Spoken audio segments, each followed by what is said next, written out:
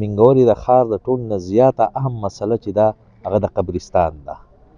دلته دې خلکو ته د قبرستان ډېر ضرورت دی. نو هغه اول په مدعا ده چې دې خلکو ته انشاءالله کله چې په اختیار کې راشو انشاءالله نو په اول فرصت کې دا چې عوامي قبرستان یو جوړ شي. بیا دویمه دلته دا خبره ده چې کله باران وشي نو تا وګورې په مینګورې ښار کې د نکاسۍ مسله ډېره اهم ده. دوکانونو ته اوبه ځي، په کوڅو کې اوبه ولاړي، نو چې د دې نکاسۍ دا مسله حل شي. درېیمه دلته مسله د مینګورې ښار ټریفیک ورځ په ورځ زیاتېږي. نو د دې دپاره هم یو داسې نظام پکار ده چې دا حجم کم شي او مختلف لارې ورکړی شي.